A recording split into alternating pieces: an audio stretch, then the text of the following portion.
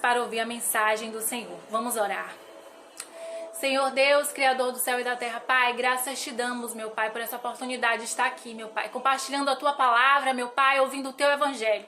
Glorificado seja o Teu santo nome, meu Pai, porque o Senhor é Deus, meu Pai, e é o Senhor quem criou os céus e a terra, meu Pai. E é o Senhor que ordena levar a Tua palavra, meu Pai, a todo canto, meu Pai. É no nome de Jesus que eu estou aqui para trazer a Tua mensagem. E nessa hora, meu Pai, eu clamo o Teu sangue que me usa para a glória do Teu nome. E que eu desapareça, meu Pai, e o Senhor cresça. E que essas pessoas, meu Pai, possam multiplicar a Tua mensagem, meu Pai, e a Tua palavra santa. Obrigada por tudo. Louvado e exaltado seja o Teu santo nome para sempre. Amém. Amém, queridos? A palavra de hoje que nós vamos meditar está no livro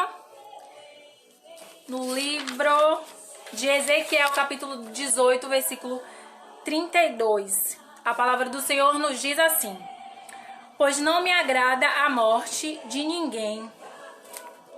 Palavra do soberano Senhor. Arrependam-se e vivam, né? A mensagem do Senhor hoje, ela fala que o Senhor Deus, ele tem vida, e vida em abundância, né? Para o teu povo, para os teus servos. Deus não se agrada com a morte de ninguém. Deus não se agrada com a morte espiritual de ninguém. Então o Senhor hoje, ele vem te trazer uma palavra de aprendizado para que você tenha vida e vida em abundância, né? Porque ele não se agrada com o declínio de ninguém. Ele não se agrada com a morte espiritual de ninguém, né?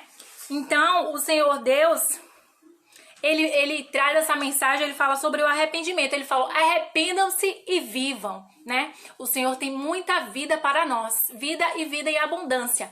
Mas Ele quer que a gente se arrependa dos nossos erros para estar, né, vivenciando com Ele, juntamente com Ele. Amém? E quando ele fala que nós devemos se arrepender, nós entendemos que o arrependimento é o primeiro passo para a conversão, né? Porque quando um pecador se arrepende, há festa no céu. O céu se alegra com o arrependimento de um pecador. E todos nós somos falhos e pecadores. Mas quando nós decidimos se converter, quando nós decidimos olhar para Deus e entender que Deus tem muito mais para nossas vidas, nós começamos a se arrepender de nossas falhas e começamos a sentir a mudança, o trabalhar de Deus, o operar de Deus em nossas vidas. Louvado e exaltado seja o teu santo nome para sempre. E é assim que Deus opera maravilhas em nossa vida, né? Então devemos ser um servo obediente ao Senhor, e a obediência começa quando nós se arrependemos do nosso erro, nós se arrependemos do nosso pecado, daquilo que nos faz mal, daquilo que nos separa do amor de Deus, né? Nós se arrependemos disso para viver uma nova vida com Cristo. E Deus, ele transforma, né? E Deus, ele faz milagres, né? Através de um arrependimento. Então, a cura espiritual, ela começa a partir do nosso arrependimento, né? É muito importante a gente entender isso. E no livro de Lucas, capítulo 5, versículo 31 ao 32, Jesus fala que ele veio para os doentes. Jesus fala, né, que ele veio chamar os pecadores ao arrependimento. E aí se trabalha a cura espiritual, né? Quando o Senhor Jesus vem para aqueles que necessitam. Porque o Senhor Jesus, ele está aí para curar as pessoas. Ele usa os seus servos para levar a mensagem de paz, a mensagem de conversão, de libertação, para que a gente reconheça as nossas falhas, a gente reconheça os nossos erros, porque somos falhos e pecadores. E aí sim o Senhor olha para nós e começa a nos lapidar, a nos transformar segundo a misericórdia dele, né? Então, quando um pecador, ele se arrepende, Deus opera maravilhas, ele trabalha. O agir de Deus é lindo na vida de quem é fiel. Amém?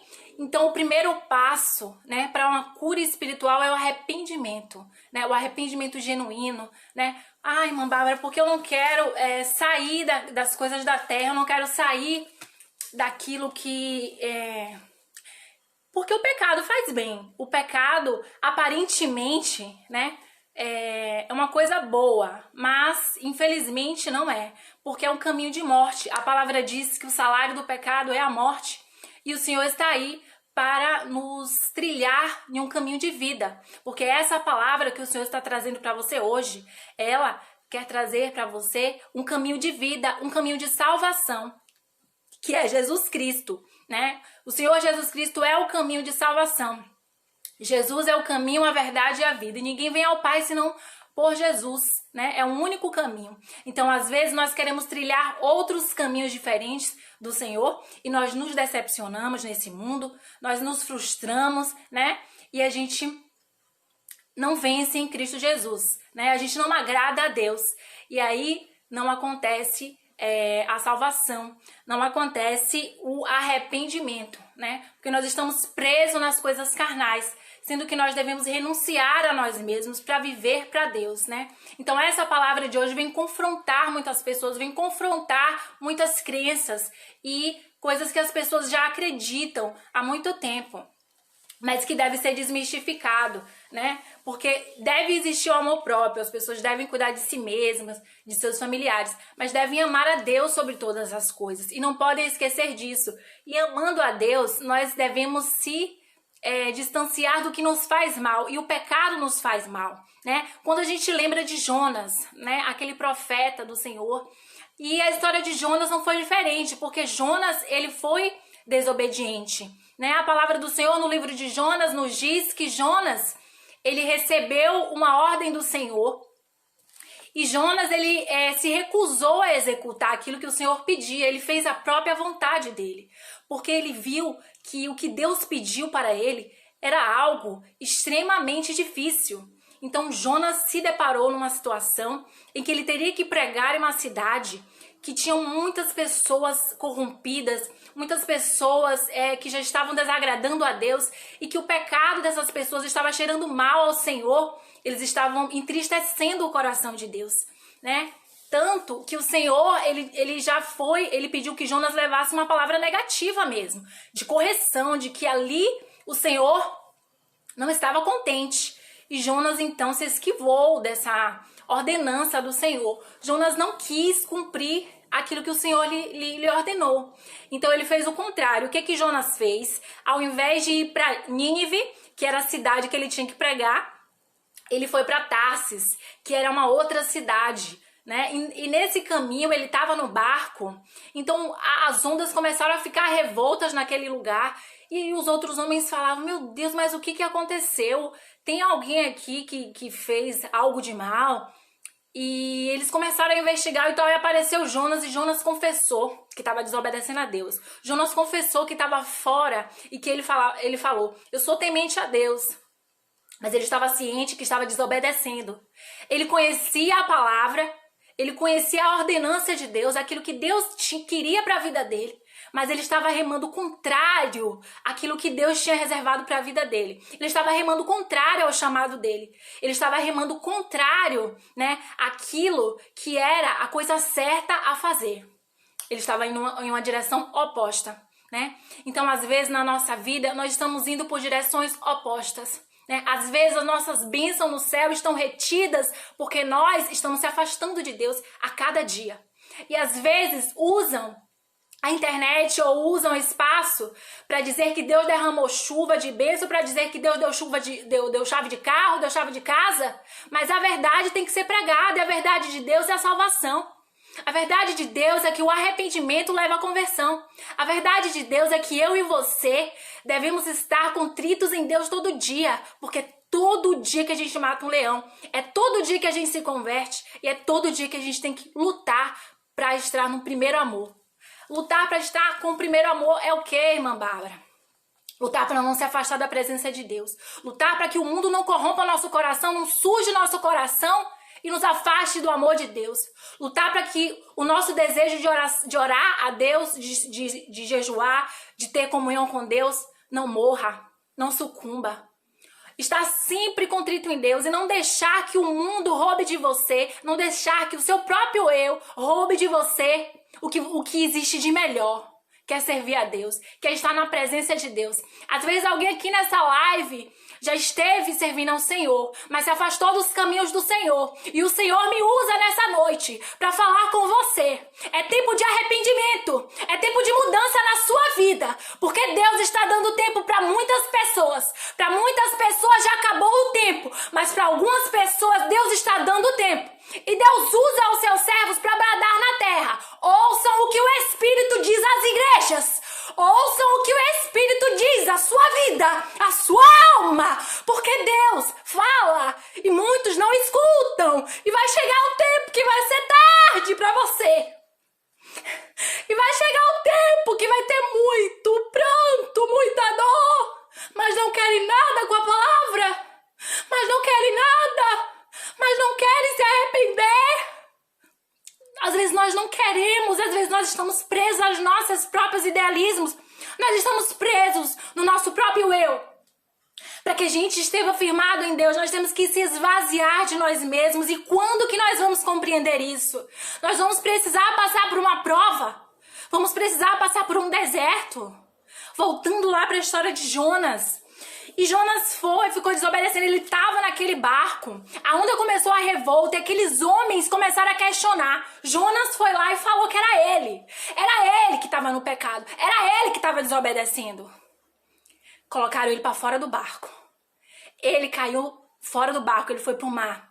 O grande peixe, a palavra diz, tragou ele. Qual era o grande peixe, irmã Bárbara? O grande peixe que a gente conhece é o quê? É uma baleia, não é? Que ela é do tamanho suficiente para poder carregar um homem dentro da sua barriga. E aí, Jonas entra dentro do ventre dessa baleia. A palavra diz que lá era um verdadeiro inferno. Escuridão. Jonas passou 3 dias e 3 noites no ventre da baleia. A palavra diz que ele clamava ao Senhor e ele orava ao Senhor. Jonas se arrependeu. Jonas precisou descer lá na escuridão. Jonas precisou ir no fundo do poço para ele se esvaziar do eu dele e se preencher de Deus. Para ele se prostrar a Deus, pedir perdão, que ele estava errado. Não importa se ele achava que Nínive era impossível para ele pregar. Se não era ele que ia converter o povo, era Deus, porque é o Espírito Santo que convence. Mas ele estava firmado no que ele acreditava, que ele achava que era certo. E pereceu. Ele teve que descer. Ele teve que ir para a escuridão. Ele teve que ir para o fundo do poço. E ele nas profundezas do mar. E sofreu por 3 dias. E clamou, e orou. E se arrependeu. E aí Deus ouviu. Porque o nosso Deus é misericordioso. E a palavra nos diz que a misericórdia do Senhor se renova a cada manhã. A misericórdia do Senhor se renovou hoje para você. A misericórdia do Senhor se renovou agora para a sua vida. Porque o Senhor tem perdão para liberar para você. O Senhor tem uma nova história para a sua vida. E não importa o que o mundo está tentando te dizer. E não importa a mensagem negativa que o mundo está tentando te dizer. Deus tem vida em abundância. Deus tem salvação e é gratuita. E tem gente pagando para ficar no pecado. E tem gente pagando para morrer. Porque o salário do pecado é a morte. Amém? Porque a prostituição é paga. O vício é pago. E muitas coisas que levam à morte, que levam à doença, são pagas. Mas, irmã Bárbara, não é fácil se libertar do vício. Mas, irmã Bárbara, não é fácil se libertar da prostituição, não. Claro que não é. Porque o pecado é aparentemente bom. O pecado é prazeroso. E o pecado escraviza as pessoas numa condição em que elas acreditam estar felizes, estar contentes. Mas o pecado, o diabo cobra o preço do pecado. E por isso que o salário do pecado é a morte. Então chega o tempo da cobrança. Então chega o tempo que esse prazer acaba e se torna amargo. Ele deixa de ser doce e se torna amargo. Porque chega a conta. Tem uma hora que chega a conta. E Deus manda te dizer. É tempo de arrependimento. E vamos lá na história de Jonas. E Jonas, ele se arrepende no ventre daquele peixe. Ele se arrepende, ele começa a orar. O Senhor é misericórdia, perdoa a ele. É misericordioso, perdoou Jonas.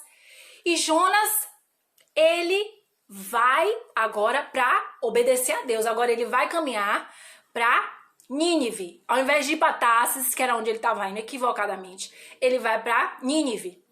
para pregar para o povo. E surpreendentemente, quando ele chega a Nínive, até o rei de Nínive fica sabendo da história de Jonas. Até o rei de Nínive fica sabendo que Jonas, ele tá indo lá para pregar, né, para o povo uma mensagem negativa, de exortação, uma mensagem de despertamento, uma mensagem de Deus contra aquele povo, porque Deus destruía inteiramente a nação. Assim como no tempo de Noé, Deus destruiu tudo. Quando Deus queria, ele destruía. Então Deus mandou Jonas lá falar essa mensagem negativa e por isso que ele não queria ir. Aí quando chega Jonas lá, até o rei de Nínive estava sabendo, todo mundo estava sabendo, a cidade toda. O que foi que aconteceu? O rei ordenou que todo mundo, até os animais, jejuassem. Todo mundo ia jejuar e orar em Nínive. Todo mundo pecado, perdido, não queria saber de Deus. Deus ia acabar com tudo. Aí o rei ordenou para o povo se arrepender, para o povo procurar orar, jejuar. Disse que não era nem para alimentar os animais. Não dê pastagem não. Vai ficar até os animais vai jejuar. Deus se comoveu com aquilo ali. O coração de Deus, ele se quebranta pela gente. Porque Deus ama a gente, Deus ama eu e você, Jesus te ama tanto. E Deus, ele mudou de ideia, ao invés de destruir e acabar com tudo ali, Deus salvou. E ali houve conversão e arrependimento, né? E a palavra diz que o povo de Nínive se converteu. O povo de Nínive se arrependeu. Então, Jonas, ele teve que passar pela dificuldade, pela prova, para ele entender o agir de Deus na vida dele. Para ele se colocar no lugar de profeta do Senhor. E assim é na nossa vida. A gente não precisa passar pelo vale, pelo deserto, pra gente entender que Deus tem o melhor pra nossa vida e que o mundo não tem nada pra nos oferecer. A gente tá cansado de ouvir gente pregando, gente falando, e às vezes a gente não dá ouvido. Às vezes até a pessoa tá na igreja, tá sabendo da mensagem do Senhor e tá se deixando levar, né? Às vezes na pandemia, as igrejas fechadas, a pessoa, ela não lê a Bíblia mais, não ora, tá se afastando de Deus. E Deus alerta você, não deixa o mundo te corromper, não deixa o mundo te contaminar. Porque você é escolhido, você é escolhida de Deus, você é separado, você é herdeiro da promessa do Senhor. Não se esqueça disso, não se venda. Amém, queridos? Não se venda, né? E a gente tem um exemplo de Saul, que desobedeceu a Deus e perdeu o trono. Saul era rei, foi escolhido do Senhor, tinha tudo para reinar eternamente. Só que Saul fez mal, desagradou ao Senhor, né? E o Senhor mandava o profeta lá e Saul, ele fingia que dava ouvido, mas entrava pelo ouvido e saía pelo outro, porque ele fazia conforme a vontade dele, né? E desagradava o Senhor, e ele entrou em idolatria, porque ele se adorava, ele queria a glória para ele ao invés de Deus, por isso ele entrou em idolatria, se mexeu com feitiçaria, porque foi pedir adivinhação, né? Um homem que conhecia o poder de Deus, que Deus usava Samuel para revelar para ele as coisas, né? Para ele vencer. E ele foi fazer isso depois de muito tempo. Então ele foi desagradando a Deus, desagradando. Deus deu uma ordenança ao rei Saul, mandou que ele fosse destruir todo um povo que Deus ordenou, e Deus sabia o porquê, porque não estava na presença dele, desobedecendo. Deus destruía mesmo.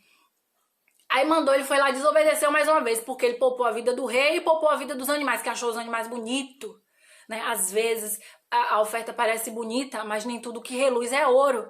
Amém? Ora antes de tomar decisão, ora antes de adquirir determinada coisa, porque Deus é Deus. Amém? Nem tudo que reluz é ouro. E aí desobedeceu.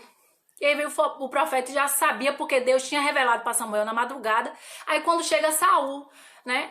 E ele foi lá e falou, mas Saul, você desobedeceu, assim. E ele ainda retrucando o profeta, dizendo que não tinha desobedecido, não. Que ele tinha matado muita gente, mas que tinha poupado só os animais e o rei. E aí acabou que desagradou a Deus. E Deus puniu, porque ele perdeu o trono dele. Muitas coisas aconteceram de ruim para Saul. Então essa é a diferença de Saul para Jonas. Que Jonas, ele era pecador também, né? Porque todos nós somos pecadores, mas a diferença é que Jonas se arrependeu. A diferença é que Deus moveu, porque o Senhor transformou a vida de Jonas através do arrependimento. E a cura espiritual começa através do arrependimento. E quando o pecador se arrepende, tem alegria no céu, né? A palavra diz que há festa no céu. E aí o Senhor tem prazer nessas pessoas que se arrependem. E começa essa cura espiritual, porque o arrependimento trata-se da conversão. Então começa essa cura espiritual através do arrependimento, onde Jesus vai trabalhando. Então Jesus começa a perdoar os pecados. A palavra de Deus diz que quando a gente se converte, né, e a gente se arrepende dos nossos pecados, o Senhor Jesus, ele faz morada na nossa vida. E os nossos pecados entram no mar do esquecimento, porque Jesus já perdoou e o seu pecado foi anulado. Os seus pecados entram no mar do esquecimento. E o Senhor Jesus começa a trabalhar maravilhosamente na sua vida. E o Espírito Santo começa a habitar em você. E você já é nova criatura em Cristo Jesus. O Espírito começa a habitar em você porque você é templo limpo. Você resolveu se arrepender, resolveu sair de tudo aquilo que te fazia mal. E Deus começou a te ajudar para você sair. Deus começou a trabalhar na sua vida para você ser liberto. E então é isso que acontece. O Espírito começa a habitar no templo limpo. Porque o Espírito Santo não habita em templo sujo. Então não adianta dizer que crê em Deus. Não adianta dizer que é evangélico, que é crente, que vai para a igreja e tá com um templo sujo e não ter comunhão com Deus, não ouve mais a voz de Deus, não ora, não tem propósito com Deus, não tem relacionamento com Deus. Então Deus vem nos dar um alerta para voltar, para se arrepender, para transformar, porque ainda é tempo, porque Deus está te dando tempo. Amém? Não é à toa que você abriu esse vídeo, não sei o horário que você vai abrir esse vídeo, que você vai assistir essa mensagem, não sei se você vai compartilhar com uma pessoa que vai precisar ouvir essa mensagem, mas essa pessoa vai entender o que Deus está falando hoje. E vocês que estão acompanhando agora essa live, também recebam no seu coração essa mensagem de hoje. Amém? Porque Deus falou ao seu coração. Porque essa palavra tem endereço certo. Amém? Glorificado seja o nome do Senhor. Vamos orar ao Senhor nosso Deus para finalizar essa mensagem de hoje. Amém? Muito obrigado.